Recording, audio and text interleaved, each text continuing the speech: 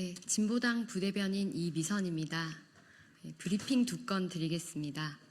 첫 번째 브리핑입니다. 전두환 노태우 사진 다시건 국군 방첩사령부, 군부 독재 부활을 꿈꾸는 겁니까? 방첩사가 과거 국군 보안사령부 사령관이었던 전두환 노태우 씨의 사진을 복도에 다시 게시한 것으로 확인되었습니다. 거센 항의와 사실 확인 요구에 국방부는 역사적 기록 보존 목적으로 게시했다고 합니다만 김재규 전 중앙정보부장 사진은 제외된 것을 보면 그 항변도 앞뒤가 맞지 않습니다. 전두환 노태우가 어떤 자들입니까?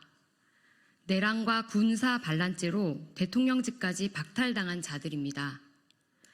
윤석열 정권 들어선 후 이들의 사진을 다시 버젓이 걸어둔 것은 어찌 가벼이 볼 수 있겠습니까?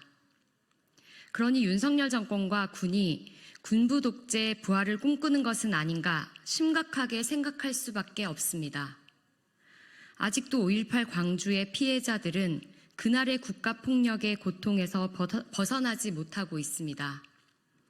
독재 정권 당시 보안사령부에 끌려가 불법 구금되거나 고문받은 피해자들과 유족들도 진상규명을 위해 싸우고 있습니다. 그런데 그 폭군들을 다시 슬그머니 세우다니요. 있을 수도 없고 있어서도 안 되는 일입니다. 우리 국민들에게 전두환 노태우 씨는 씻을 수 없는 상처를 남긴 내란범이자 군사 쿠데타를 일으킨 독재자임을 다시 한번 강조합니다. 우리 국민들은 그들을 용서한 적도 재해석할 의사도 없습니다. 김용현 국방부 장관은 당장 국민께 사과하고 전두환 노태우 씨의 사진을 떼십시오.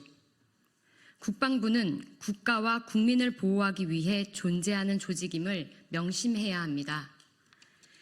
두 번째 브리핑 드리겠습니다. 방송사에 따라 다른 방심위 심의 왜 존재합니까? 방송통신심의위원회에 최근 MBC와 KBS 방송에 대한 심의 결과 차이가 논란을 일으키고 있습니다.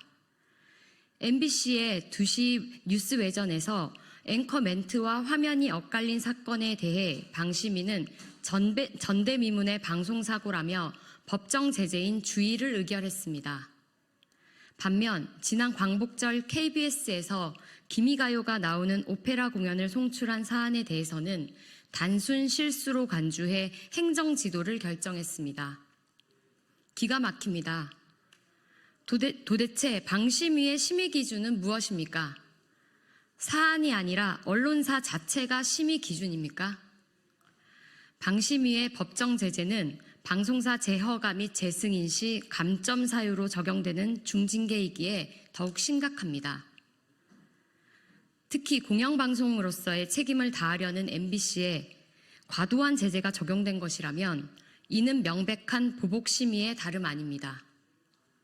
최근 류일임 민원 사주 의혹 민원인들이 MBC, 뉴스타파 기자들을 고소한 사실과 관계가 없다고 보기도 어렵습니다. 방심위는 방송의 공공성과 공정성을 보장하기 위해 설립된 기구입니다.